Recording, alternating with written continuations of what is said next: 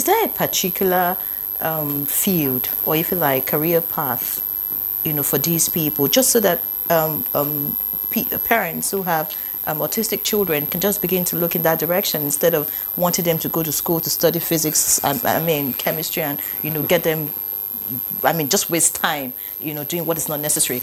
Are there certain things that you have found out that is common with people with autism that they excel in? Okay, just like my colleagues have said, that autism is a spectrum. That means that it affects children in different ways.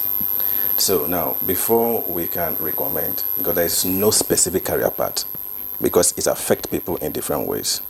And that's why we have what we call neurodiversity. All right, it affects people in different ways. So people, those with level 1 autism, that's the mild form of autism, they even exhibit different symptoms and different strengths and weaknesses, because the areas affected in the brain, not damaged, which I'll come back later to that, right, is still different. Even those on the level 2, which was the moderate side, it still affects them differently. Even those on the level 3, which is the severe part. So now what we do here is that by the time they, like they say, early intervention starts from age 2. By the time they begin to develop some strengths, now we watch out. Now we begin to list, okay, this is what this person is good at. Now, and they learn by routine. There are some of them that they are good with skills. They can type, they can do different things. When you identify that strength, you can now channel their energy towards that. You discuss with the parent. If they're going to school, which we advocate for inclusion, which most of them go to school. But do you think it's appropriate to have them in school with regular school? Super appropriate. And that is why the theme of this is talking about advancing. Yeah. All right? Now, so when you advance the neurodiversity, it means that you have to advocate for the inclusion, not just only in the school, even in the work environment. But can they cope? They can. They can. They can cope.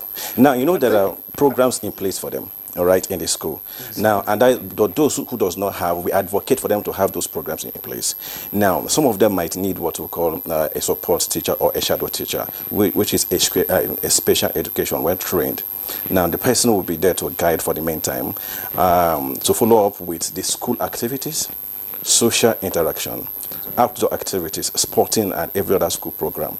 Now, time will come when they make so much improvement, then that shadow therapist or teacher will fade, will stop coming. Now, they begin to mingle with others. Now, why the school inclusion is very important, it promotes acceptance. Exactly. Because the problem we have in fact, in the whole world, not just only in Nigeria, but mostly in this part of the world, is lack of acceptance, discrimination, that's stereotyping.